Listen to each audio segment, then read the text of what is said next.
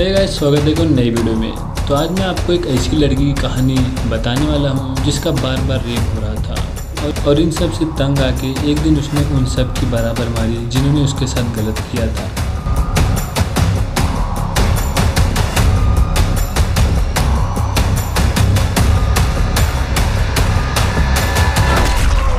तो कहानी शुरू होती है और आपको यहाँ एक बंदी देखने मिलेगी जिसका नाम था जेनिफर हिल्स।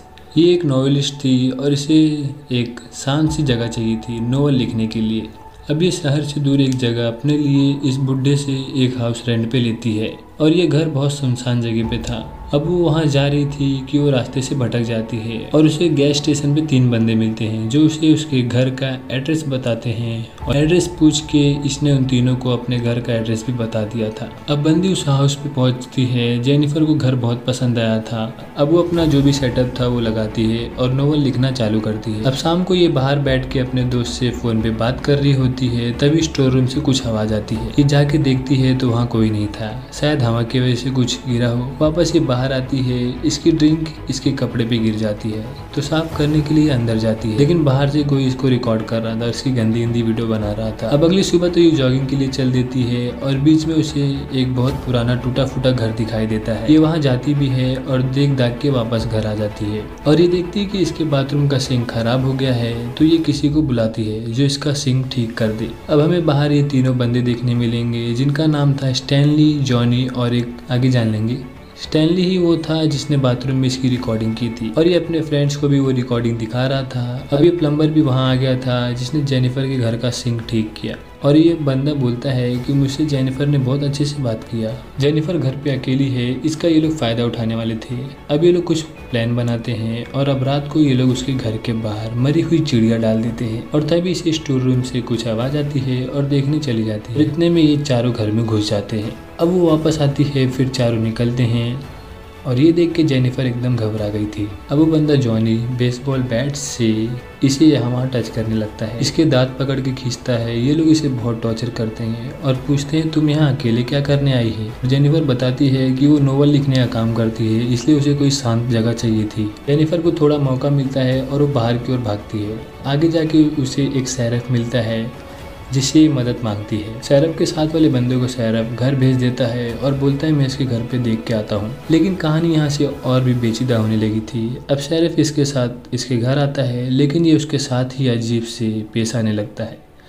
उसे ही वॉल के साइड खड़ा करके गलत तरीके से चेक करता है। तभी वो 4 बंदे भी आ जाते हैं, मतलब ये सैरफ भी उन चारों से मिला हुआ था। अब सैरफ उसे गलत तरीके से उसके बॉडी पार्ट्स को छू रहा था। उसके बाद ये चारों उस प्लम्बर मैथ्यू को जेनिफर के साथ सेक्स करने के लिए बोलते हैं। वो थोड़ा दिमाग से हिला हुआ था, लेकिन जेनिफर को नीचे से खुला देख के ये जोर से उसकी तरफ जाता है।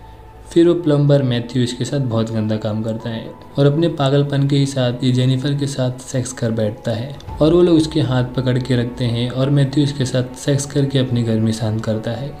बाद में मौका देख के ये जंगल की तरफ भागती है, लेकिन ये लोग फिर से इसे पकड़ लेते हैं और एक बार फिर से बहुत टॉर्चर करते हैं और इस बार सैरफ इसके साथ अपनी भूख मिटाता है। जेनिफर चीखती चिल्लाती रही, लेकिन इन दरिंदों को कुछ भी फर्क नहीं पड़ रहा था और एक बंदा तो आगे से भी इसे नहीं छोड़ता और इसके मुंह की भी हालत खराब कर देता है। आप लोग तो समझ ही रहे होंगे क्या बोलना चाहता हूँ। अभी थोड़े होश में आती है तो देखती है उसके बदन पे एक भी कपड़े नहीं है। जेनिफर की हालत ऐसी हो गई थी कि वो भाग भी नहीं सकती थी, लेकिन जेनिफर वापस से उठती है और आगे चलना शुरू करती है। ये लोग हंसते हैं और बोलते हैं इसे क्या लगता है ये हमारे सामने से भाग जाएगी। और ये एक ब्रिज पे पहुंचती है और सैरफ उसे मारने ही जा रहा था कि वो पुल से नीचे पानी में कूद जाती है। ये लोग अब उसे पानी में ढूंढते हैं, जेनिफर नहीं मिलती और इन सब की फटी पड़ी थी कि अगर वो जिंदा बच गई तो इन्हें फंसा सकती थी। अब ये लोग हर एक सबूत मिटा रहे थे जिससे कि वो फंस सकते थे। अब सैरफ अपने घर पहुंचता है, अपनी वाइफ और बेटी से मिलता है। अगले दिन सैरफ उस बुड्ढे के पास जाता है जिससे जेनिफर ने हाउस लिया था। वहाँ से भी उसे कुछ पता नहीं चलता। धीरे धीरे इन्हें लग रहा था कि माहौल शांत हो गया है, लेकिन एक दिन मैथ्यू को जेनिफर की आत्मा दिखती है। अब जब सैरफ घर पे पहुंचता है तो उसे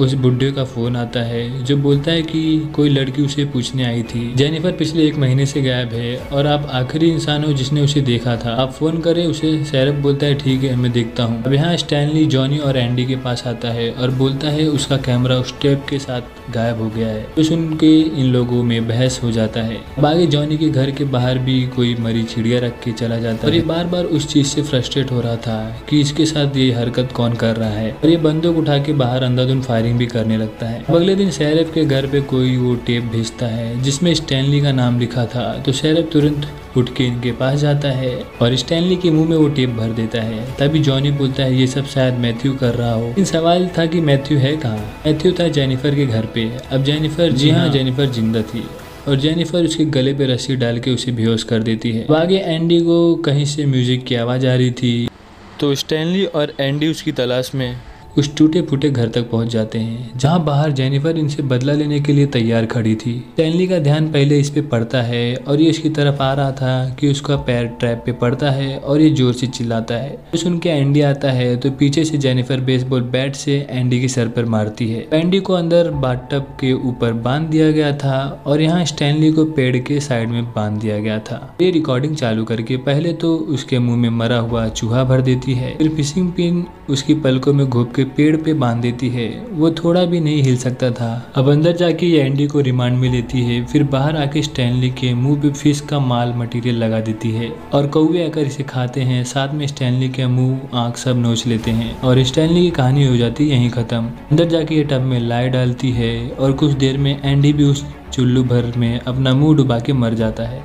अब बारी थी जॉनी की। जॉनी को वो अपना पिछवाड़ा दिखाकर झांसे में लेती है और उसे तो इसने नंगा कर कर बहुत बुरे तरीके से बांधा था और वो जॉनी को भी बहुत गंदा टॉर्चर करती है। उसके दांत निकाल देती है और उसका प्राइवेट पार्ट काट के उसके मुंह में डाल देती है। मतलब इससे गंदा और क्या हो सकता है। और जॉनी भैया की भी इसी प्रकार एक गंदी मौत होती है। अब सिर्फ बचे थे मैथ्यू और शेरिफ। मैथ्यू तो पहले ही इसके कब्जे में था। अब जेनिफर शेरिफ के घर पे जाती है उसकी बेटी की टीचर बन के और उसके घर जाके उसकी बेटी को किडनैप कर लेती है। फिर शेरिफ तुरंत अपनी कार से निकल रहा था जिसमें जेनिफर पहले से बैठी थी और पीछे से उस पर वार कर देती है और शेरिफ हो जाते हैं बेहोश। अब उसने शेरिफ और मैथ्यू को कुछ ऐसे बांधा था कि मैथ्यू के उठते ही दोनों का काम खत्म हो जाएगा। उसने एक शॉटगन शेरिफ के पिछवाड़े में घुसा रखी थी और उसका ट्रिगर धागे से किसी प्रकार मैथ्यू के एक उंगली में बांधा था और जब मैथ्यू उठेगा, अपनी उंगली हिलाएगा तो दोनों का काम तमाम हो जाएगा। अब जेनिफर बाहर मैथ्यू के उठने का वेट कर रही थी। मैथ्यू जैसे ही उठता है उसकी उंगली हिलती है और गन चलती है और शेरिफ का पिछवाड़ा और मुंह चीरते हुए वो गोली मैथ्यू को भी लगती है और दोनों का काम तमाम हो जाता है और जेनिफर ने अपना बदला ले लिया था सबसे। तो इसी प्रकार इस मूवी की होती है हैप्पी एंडिंग।